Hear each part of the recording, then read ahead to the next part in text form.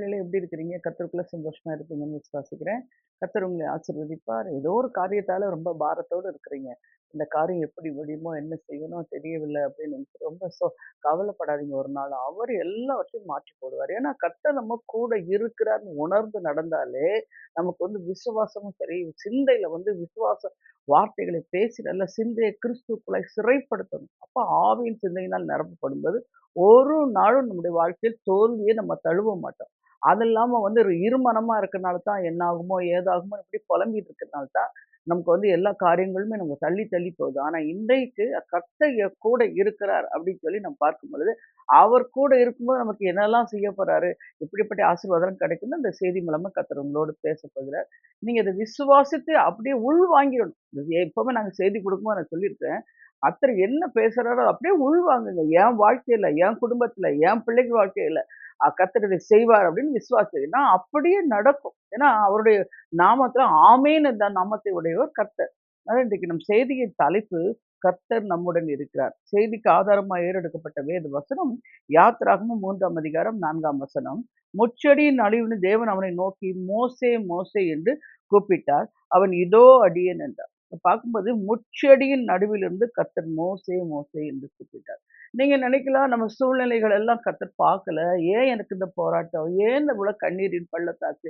ஏன் எனக்கு மட்டும் இந்த மாரி பாரங்கள நான் மட்டும் சுமக்கணும்? எங்க வீட்ல எல்லாரும் நல்லா சந்தோஷமா இருக்காங்க. நான் மட்டும் ஏன் இந்த பாடுகள்? எனக்கு பார்க்கும்போதெல்லாம் என் வாழ்க்கையில சில பேர் என்ட்ட சொல்லுவாங்க, என் வாழ்க்கையே சாபமான வாழ்க்கையா இருக்குன்னு சொல்லுவாங்க. அப்படி அல்ல. இன்னைக்கு பாருங்க முட்செடி என்று சொன்னாலே, அது ஒரு சாபத்தை குறிக்கிற மாரி தான். அதனால வேதம் என்ன சொல்லுதுன்னா, கட்டாயம் நிச்சயமா கர்த்தர் நம்முடைய வாழ்க்கையை மாற்றி போடுவார். எஸ்ஐயா 55:13 சொல்லப்படுது, முட்செடிக்கு பதிலாய் தேவதாரு விருட்சமும், காஞ்சொரிக்கு பதிலாக மிருது செடிகளும். முட்செடி என்று சொல்வது சமாதானமற்ற வாழ்க்கை. அது சமாதானமாய் மாறும். அதே மாரி பார்த்தீங்கன்னா, அந்த எல்லா சூழ்நிலைகளிலும் காஞ்சோரி அப்படின்னு சொல்லும்போது வறுமை தரித்திரம். இன்னைக்கு அநேக கிறிஸ்தவர்களே வறுமை தரித்திரத்துல வாழ்ந்துட்டு இருக்கிறது ஆச்சரியமா இருக்கு. ஏன்னா, சிலுவையில நான் உங்களுக்கு அடிக்கடி எல்லா செய்தியிலும் சொல்லியிருக்கிறேன். சிலுவையில சுவாமி நமக்காக பாவமானார், சாபமானார். நமக்கு சமாதானத்தை உண்டு பண்ண ஆக்கினை அவர் ஏற்றுக்கொண்டார். நம்முடைய எல்லா காரியத்திலயும் சொல்லிட்டு அவருடைய தழும்புகளாம் குணமான வியாதியை மாற்ற வல்லவர். வியாதி இல்லாம செய்ய கர்த்தர் வியாதியை வேரோட பிடுங்கி அழித்து போட வல்லவர்.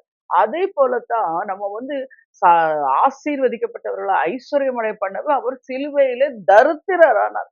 இத மட்டும் ஏன் நீங்க ஏற்றுக்கொள்ள மாட்டீங்க? எனக்கு புரியவே இல்ல. கிறிஸ்தவ வாழ்க்கையே கர்த்தரை நம்புகிறவன் செழிப்பான். அது மாத்திரமல்ல, ஐஸ்வர்யம் அடைய பண்ணுகிறதுக்கு பலனை கொடுக்கிற கர்த்தர் என்று வேதவசனத்துல உபாகம் 8:18 சொல்லப்பட்டிருக்கு. ஐஸ்வர்யமும் கனமும் உம்மாலே வருகிறது என்று 1 நாளாகும் 29:12. இந்த வசனத்தை எல்லாம் தெரிஞ்சு கொண்டு நீங்க அப்ளை பண்ணி கேட்கணும்.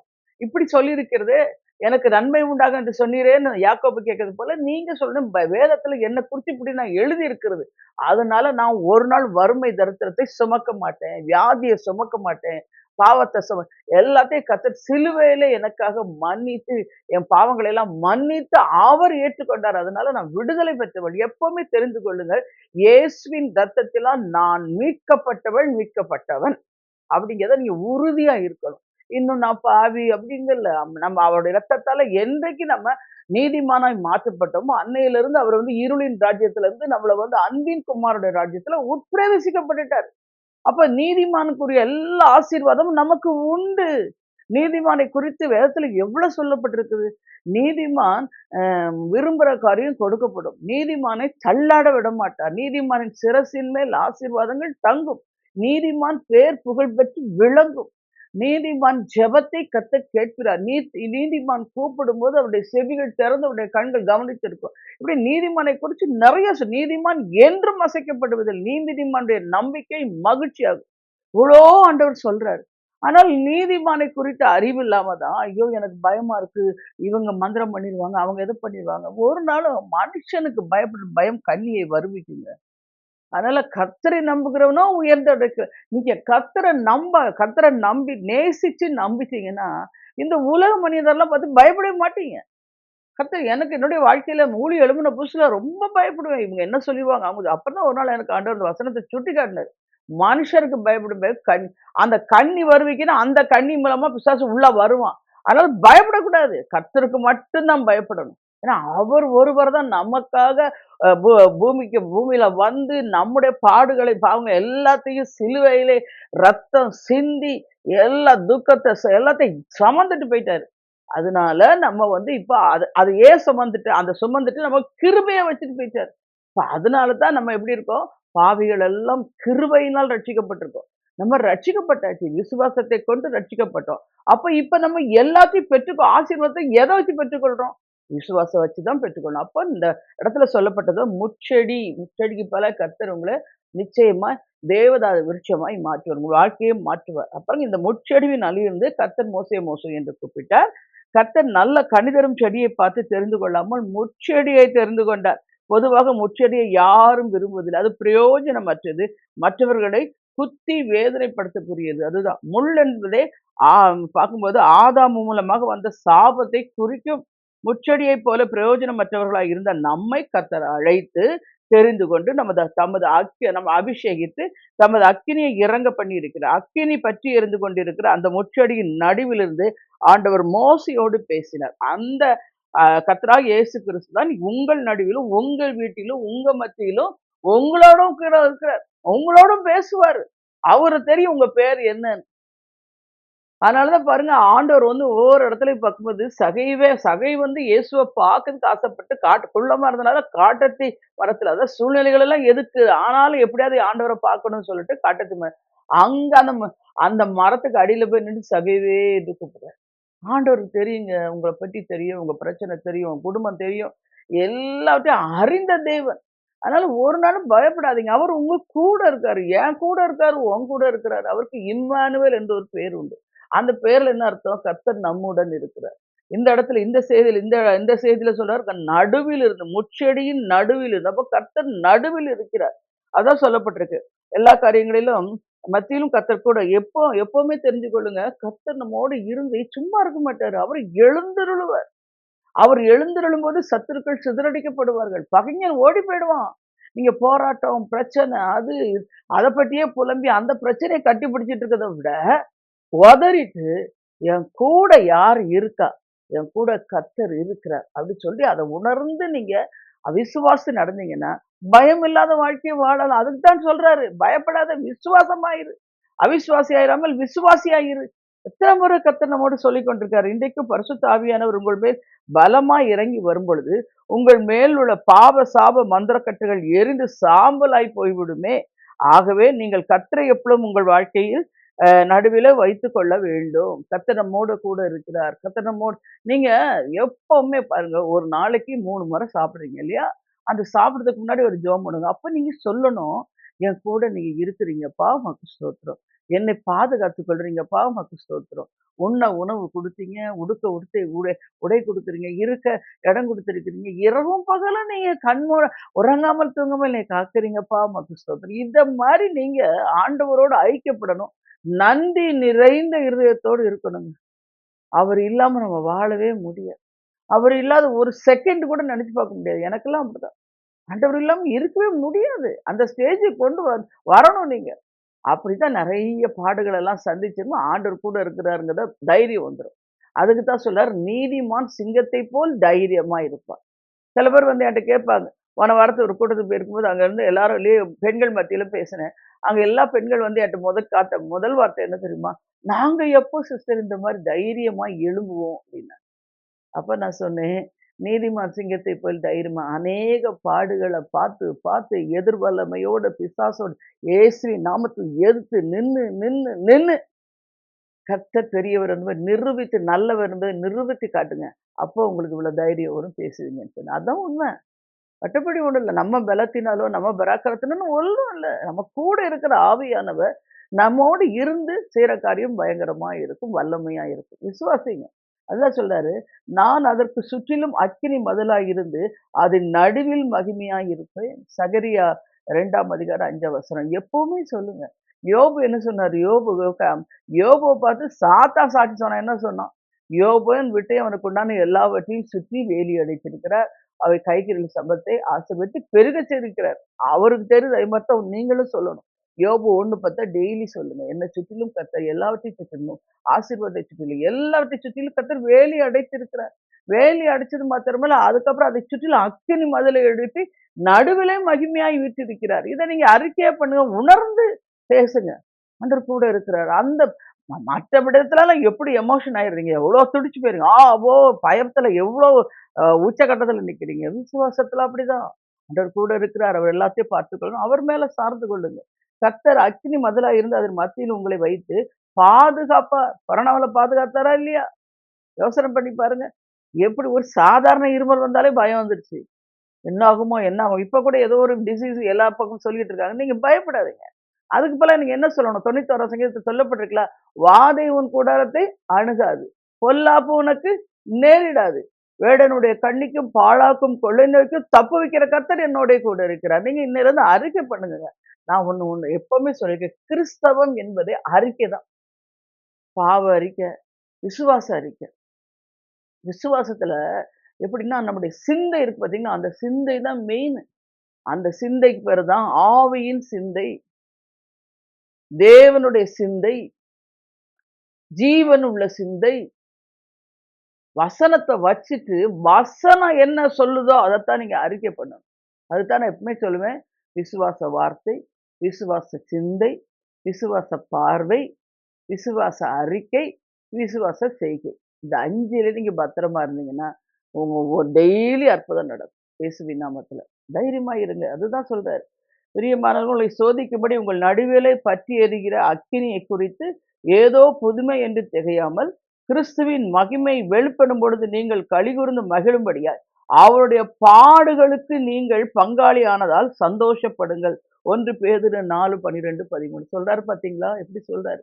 பாடுகளுக்கு நம்ம பங்காளி ஆனோம். ஏன்னா அவருக்கு தெரியும். அவரும் இந்த உலகத்துல வந்து எப்படி பாடுகள், என்ன, ஏது எல்லாத்தையும் அனுபவிச்சு அதாவது சில நேரங்கள்ல நான் கூட நினைப்பேன், ஆண்டவரே இந்த பாதை இவ்வளவு கடினமா எனக்கு இருக்குது அப்படின்னு சொல்லுவாரு. இந்த பாதைய நீ கடந்தாதான், இந்த பாதையில இருக்கிற பிரச்சனையோட, கண்ணீரோடு, போராட்டத்தோட, அழுகையோட இருக்காங்களா, அவங்களுக்கு நீ ஜெபிக்கும்போது, நானும் இந்த பாதைய கடந்தேன்மா. நான் இது எனக்கு தெரியும் இந்த பாதைன்னா என்ன என்று நான் அறிந்து கொண்டவள்ன்னு நீ சொல்ல முடியும். இதைத்தான் எனக்கு ஆண்டவர் ஆலோசனையா கொடுப்பாரு. ஆவியானவர் என்னை எப்பவுமே பலப்படுத்துறது இப்படித்தான். இந்த பாதையை கடக்கும்போது உள்ள ஜனங்களுக்காக ஜெபிக்க வேணும் இல்லையா? அதனாலதான். அதுதான் உண்மை. அதுல சொல்றாரு பாத்தீங்களா? ஏதோ இப்ப முன்னாடி இப்ப உங்களுக்கு ஏதோ ஒரு பிரச்சனையில நீங்க மாட்டிட்டு இருக்கிறீங்க. ஒரு அக்கினி எரிஞ்சுட்டு இருக்குன்னு அத பார்த்து இது என்ன புதுமை என்று நீங்க எண்ண வேணாம, நீங்கள் களிகூர்ந்து மகிழுங்கள். ஏன் அப்படின்னா, அவருடைய பாடுகளில் நீங்கள் பங்காளி ஆனதுனால, அது சொல்றாரு சந்தோஷப்படுங்க. நான் உங்களுக்கு சொல்றேன். பிலிப்பியர் 4ல எழுதப்பட்டிருக்கு இல்லையா? பவுல் சொல்லுவாரு, கர்த்தருக்குள் சந்தோஷமா இருங்கள். எப்பவுமே வேதத்துல 2 முறை சொல்லிச்சுன்னா வெரி பவர்ஃபுல். அவர் திருப்பவும் சொல்லுவாரு. மறுபடியும் சொல்லுகிறேன், கர்த்தருக்குள் எப்பொழுதும் சந்தோஷமா இருக்க முடியுமா?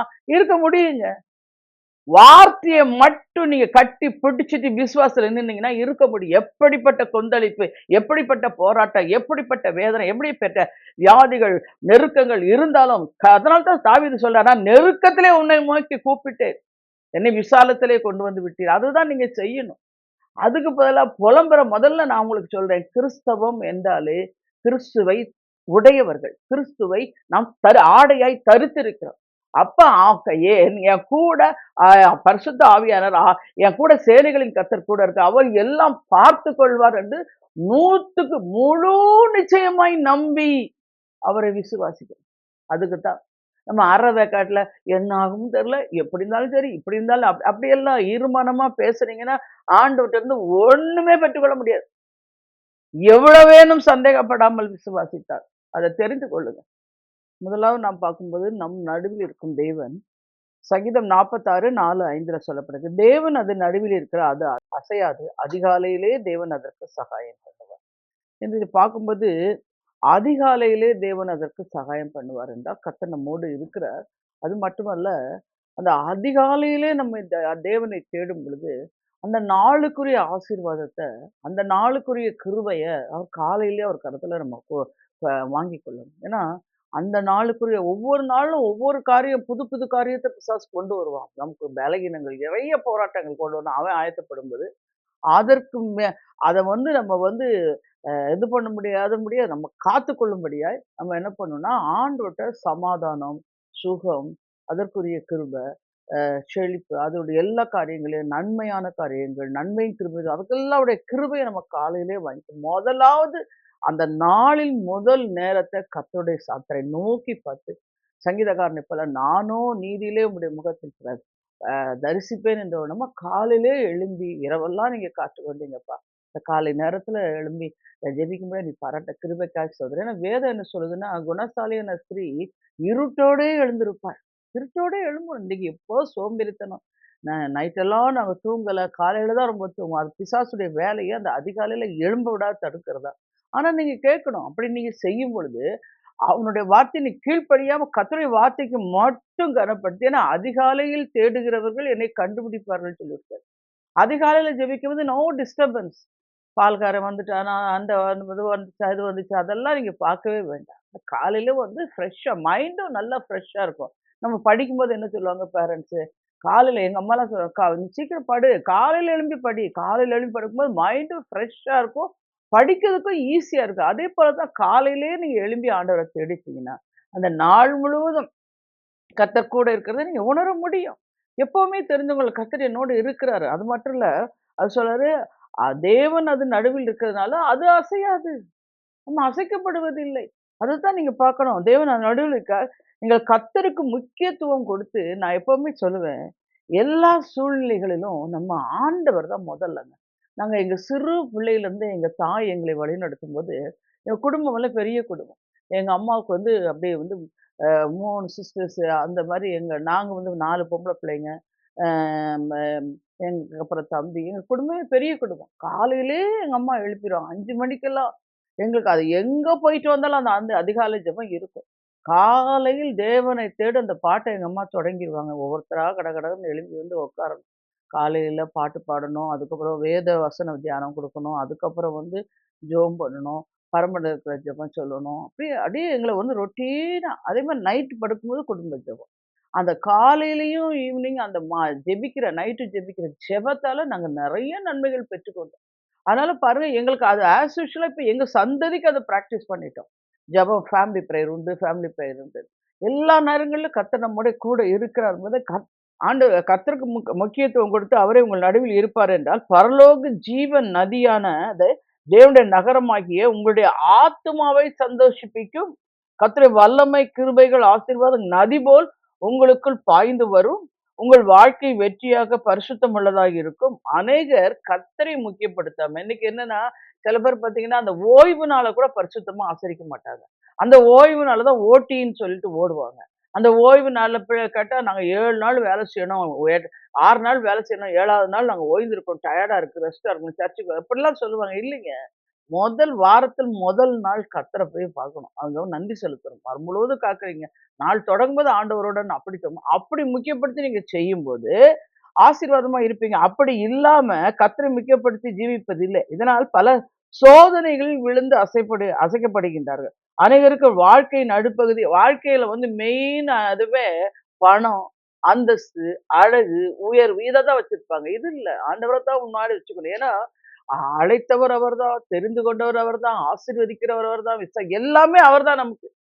இந்த பூமியில முதல்ல வந்து வார்த்தையினால் சிருஷ்டித்தார் அல்லவா? அதனால ஆண்டவர் உறுதியா பிடிச்சு உங்க நடுவில உலாவுகிறவராய் கர்த்தர் காணப்பட வேண்டும். அடைக்கலம் அதுதான் சங்கீதக்காரர் சொன்னா, அடைக்கலமும் பலனும் ஆபத்து காலத்துல அனுகூலமான துணையுமானவர்ன்னு சங்கீதம் 46:1 சொல்றார்.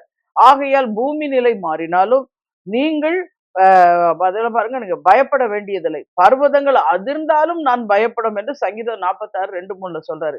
உங்கள் பக்கத்தில் 1000 பேர் வந்து 1000 பேரும் வலதுபுறத்தில் 10,000 பேர் விழுந்தாலும் அது உங்களை அணுக போவதில்லை என்று சங்கீதம் 91:7 சொல்றாரு. அன்றைக்கு இயேசுவோடு பாருங்க அன்னைக்கு சீஷர்கள் படகு பயணத்தை பார்க்கும்போது ஆண்டவர் கூட இருக்கிறார்.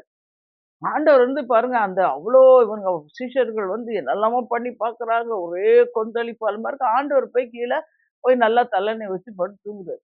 அவர் கூட இருக்கிறார். இவங்க வந்துட்டு என்ன சொல்றாங்க? சீஷர்கள் ஐயரே நாங்கள் மடிந்து போகிறோமே! உமக்கு கவலை இல்லையா? அப்படின்னு கேட்குறாங்க. அதுதான் பார்க்குறோம். அவர் எழுந்து காற்றை அதட்டி, கடலை பார்த்து இறையாதே அமைதலாறு என்றார். அப்பொழுது காற்று நின்று போய் மிகுந்த அமைதல் உண்டாயிற்று. மார்க் 4 அதிகாரம் 38ல இருந்து 30. இந்த வசனம் என் குடும்பம் எனக்கு வாழ்க்கையிலும் சரி, ஊழியத்திலும் மிகுந்த அநேக முறை எனக்கு வேலை செஞ்சிருக்கு. ஊழியம் செஞ்சிருக்கு. எப்படின்னா, நெறைய போராட்டங்கள ஊழியம் நல்லா பெருக பெருக ஊழியம் நல்லா வல்லமையா இருக்க பிசாசு அநேக போராட்டங்கள கொண்டு வருவான். குடும்பத்துல சமாதானம் கெடுக்கும்படியா வருவான். அப்பதான் நான் சொல்வேன், காற்றையும் கடலையும் அடக்கின ஆண்டவராகிய இயேசு கிறிஸ்துவின் நாமத்தினால் உன்னை அதட்டுகிறேன் பிசாசே. போ! அப்படின்னா, அப்படியே சமாதானமா அப்படியே மாறிப்போகும். நீங்க செய்யணும். உங்களுக்கு பின்னாடி இப்ப குடும்பத்துல சண்டை போட்டுக்கிட்டு, அவனுக்கு வேலையே வந்து உலகம், மாமிசம், பிசாசு இருக்கு இல்லையா? 3யும் தூண்டி விடுறது பிசாசுடைய வேலை. தூண்டி தூண்டி விட்டு சில வீட்ல சண்டைய பெருசாக்கிருவான். நீங்க அவர இயேசுக்குன்னு அதட்டுனீங்கன்னா, அப்படியே அவன் சொல்றாரு, கொந்தளிப்பை அமர்த்துகிறார், அலைகள் அடங்குகிறது, ஆ அமைதல் உண்டா நிமித்தம் தாங்கள் நாடின துறைமுகத்துக்கே கொண்டு போய் சேர்க்கிறார் என்று சங்கீதம் 107 29, 30 சொல்லுது. அதுதான் இங்க அதட்டுறாரு பாருங்க. கடல் அலையும் அமைதியாய் இருந்தது. அமைதியாயிற்று. புயலும் அமைதல் உண்டாயிற்று. சீஷர்களுடைய உள்ளத்திலும் அமைதல் உண்டாயிற்று. இன்றைக்கு இந்த செய்தியை கேட்டுட்டு இருக்க தேவ பிள்ளையே, உங்களுக்கு விரோதமாய் பிசாசின் கிரியைகளை அதட்டுங்க இயேசு கிறிஸ்துவின் நாமத்தினால. அப்போ நீங்க உங்க உள்ளத்திலும் அமைதி உண்டாய் இருக்கும். 2வது பார்க்கும்போது 2, 3 பேர் நடுவில் தேவன். அதாவது மத்தேயு 18:20 சொல்ல 2 பேராவது 3 பேராவது நாமத்தில் எங்கேயே கூடியிருக்கோ அவங்க அவர்கள் நடுவிலே இருக்கிறேன். அதுதான். இது நம்ம வேதத்துல பார்க்கும்போது, அக்கினி சூளையின் நடுவில சாத்ராக், மேஷாக், ஆபேத்நேகோ பாருங்க. அங்க ஒரு பொற்சிலை அத வணங்க மாட்டோம். ராஜா உருவாக்கி வச்சிருந்த சிலைய வணங்க மாட்டோம்ன்னு சொல்ட்டாங்க. ஏன்னா, அவங்க வந்து கர்த்தர் தான் தெய்வம். அவர தவிர நாங்க யாரையும் வணங்க மாட்டோம். அந்த உறுதியா இருந்தாங்க. சொன்னாங்க ராஜாவின் கைகளுக்கு விடுதலை. விடுவிப்பார்ன்னு விசுவாசிச்சாங்க. அது மட்டும் இல்ல ராஜாவுக்கு கோவம் வந்துருச்சு. என்ன இப்படி சொல்றான்னு சொல்லிட்டு 7 மடங்கு கொடுப்பார். சில நேரத்துல போராட்டங்கள் நம்ம செபிக்க செபிக்க அதிகரிக்கிற மாரி இருக்கும். சில பேர் சொல்லுவாங்க, நாங்க ஜெபம் பண்ண பண்ண பண்ண தான் சிஸ்டர் ரொம்ப அதிகமான எதிர்ப்பு இருக்கு. நான் அப்பதான் சொல்லுவேன், 7 மடங்கு நெருப்புல ஆண்டவர் வந்து இறங்கிருவார். நீங்க சோர்ந்தே போக வேண்டாம். இன்னைக்கு உங்க குடும்பத்துல சில பிரச்சனைய சந்திக்கிறீங்களா? பெரிய போராட்டமா இருக்குதா? பயப்படாதீங்க. அந்த நடுவுல ஆண்டவர் இறங்கிறார். சாத்ராக், மேஷாக், ஆபேத்நேகோக்கு இடையில வந்து இறங்குனாரா இல்லையா? அவர் என்ன பட்சபாதம் உள்ள தேவனா? நீங்க கூப்பிட்டா அங்க இறங்கிருவாரு. அவர் இறங்கிட்டாருன்னா, அந்த பிரச்சனையெல்லாம் பார்த்தீங்கன்னா, சத்தமே இல்லாம அடங்கி போயிடும். அதனால சோர்ந்து போகாதீங்க. இந்த பிரச்சனை எனக்கு வந்து அமிழ்ந்து போயிடுவேனோ, இந்த பிரச்சனையில வெட்கப்பட்டு போயிடுவேனோ, இந்த போராட்டத்தின் முடிவு எப்படி இருக்குமோ, இப்படியெல்லாம் நீங்க நினைக்க வேண்டாம். ஏன்னா, உங்க நடுவுல ஆண்டவர் இருந்தாருன்னா, அது எப்படி உங்கள விட்டு உங்கள விட்டு உங்கள எப்படி கைவிடுவாரு? கைவிடவே மாட்டாரு. நிச்சயமா கூட இருப்பாரு. அவரு உதவி அவர் வந்துங்க மனுஷன் மாரி பொய் சொல்ல மாட்டாருங்க. பிசாசு பொய்க்கு முதாமானவன். அவர மாரி கிடையாது. ஆண்டவர் ஒண்ணு சொன்னாரா, அந்த வார்த்தையில நின்னு செய்து முடிப்பார். அதனால சோர்ந்து போகாதபடி கர்த்தர் காத்துக்கொள்வார். 7 மடங்கு நெருப்பின் நடுவுல ஆண்டவர் வந்து உலாவி அவங்களை விடுதலை செய்த தெய்வம். இன்றைக்கு உங்க போராட்டத்துல உங்களுக்கு 7 மடங்குமா நெருப்பைப் போல, அக்கினி சூளைப் போல பிரச்சனைகள் அதிகரித்து போராட்டங்களும், வேதனைகளும் அதிகரிச்சு நிக்குதா? பயப்படாதீங்க. ஆண்டவர நோக்கி கூப்பிடுங்க. அப்படித்தானே சொல்றாரு. என்னை நோக்கி கூப்பிடு. நான் உனக்கு உத்தரவு கொடுத்து நீ அறியாத நீ எட்டாவது பெரிய காரியம் உனக்கு அறிவிப்பேன்னு சொல்லியிருக்கிறார். அவங்க உங்களுடைய வேலை கூப்பிடுற வேலை. அவர் உடனே உத்தரவு கொடுத்து உங்களை விடுதலை செய்து, நீ நினைச்சே பார்க்காத அளவுக்கு உங்களை ஆசீர்வாதத்தை கட்டளையிட்டு உயர்த்துவதை பார்ப்பீங்க. எல்லாவது எம்மாவூருக்கு போன சீஷர்கள் இயேசுவை தங்கள் வீட்டுக்கு அன்போடு அழைத்தார்கள். எங்களோட தங்கியிரும் என்று மிகவும் வருந்தி கேட்டுக்கொண்டார்கள். இயேசு அவர்களோட சென்று அவர்கள் நடுவில உட்கார்ந்து அப்பத்தை எடுத்து ஸ்தோத்திரம் பண்ணி கொடுத்தார். அவர்கள் ஆண்டவரை அறிந்தார். நீங்க ஒவ்வொரு நாளிலும் வேதத்தை வாசிச்சு ஆண்டவர்ட்ட பேசுங்க. அவர் உங்களுக்கு வந்து எல்லாத்தையும் உங்களோட பிரச்சனைகள், எல்லா போராட்டங்களையும் ஓய பண்ணி, அப்பத்தை எடுத்து பிட்டு அது மாரி எல்லா காரியங்களையும் உங்களுக்கு கூட இருந்து, ஆலோசனை கொடுத்து உங்களை நடத்தி, உங்கள பெருகச் செய்து உயர்த்துவார். நிச்சயமா செய்வாருங்க. தேவப்பிள்ளை நீங்களும் எங்கள் நடுவில் வந்து வாசம் பண்ணுங்க. எங்கள் வாழ்க்கையிலே, தொழில்ல ஆண்டவர வந்து எல்லா பார்ட்னர்ஷிப்பா வச்சுக்கணும். பிரேயர் பார்ட்னரு, லைஃப் பார்ட்னர் எல்லாம் இருக்கிறோம் இல்லையா? இப்ப லைஃப் பார்ட்னர்லாம் நெறைய அ இது அவர் பிடிக்கல, அவங்க குடும்பம் பிடிக்கல, அத பிடிக்கல எடுக்குன்னு ஓஞ்சு போயிடுறாங்க. கைவிட்டுட்டு போயிடுறாங்க. அந்த பேரண்ட்ஸ் எவ்வளோ கஷ்டப்பட்டு அந்த கல்யாணத்த அரேஞ்ச் பண்ணி, எல்லாருக்கும் சொந்தக்காரங்களால அழைச்சு சந்தோஷத்த கொண்டாட இந்த பிள்ளைகள் லகுவா எஸ்பெஷலி கேர்ள்ஸ் இப்ப என்ட்ட நெறைய பேர் ஜெபத்துல அதான் வச்சிருக்காங்க. எனக்கு வேண்டாம் அப்படின்ட்டா, எதுக்கு வேணான்றாங்க? இன்னொரு காரியத்தையும் சொல்றேன். டெலிவரிக்கு அனுப்புறாங்க. அங்க அந்த குழந்தைய வச்சுக்கிட்டு அந்த அந்த பொண்ணுடைய அம்மா, அப்பா அவர இங்க வர சொல்லிருன்னு சொல்றேன். இங்க வந்து ட்ரான்ஸ்ஃபர் அப்படியே அதனுடைய வாழ்க்கை உடைக்கப்படும். தெய்வ பிள்ளைகளை ஒரு நாளும் தேவன் நினைச்சது மனுஷன் பிரிக்க இன்னைக்கு நிறைய பேரண்ட்ஸ் வந்து மகனையும் மருமகனையும் சேர விடாதபடி பிரிச்சு வச்சிருக்கா. அதை கத்துறத அருவருக்கிற. நீங்க வந்து அந்த பிள்ளைகள் இணைந்து வாழட்டும். சின்ன வயசுல வாழாம எந்த வயசுலங்க வாழப் போறாங்க? அவங்க சந்தோஷமாய் சமாதானமா இருக்க நீங்க இடம்லாம் இருக்கக்கூடாது. அதை தெரிந்து கொள்ளுங்கள். தயவு செய்து பெற்றோர்கள் உணர்ந்து உங்க பிள்ளைகள் வாழ விடுங்க. அவங்களை ஆசீர்வதிக்கும்படியா கர்த்தர் கூட இருக்கிறார். எல்லாவற்றையும் அவர் பார்த்துக் கொள்ளுவார்.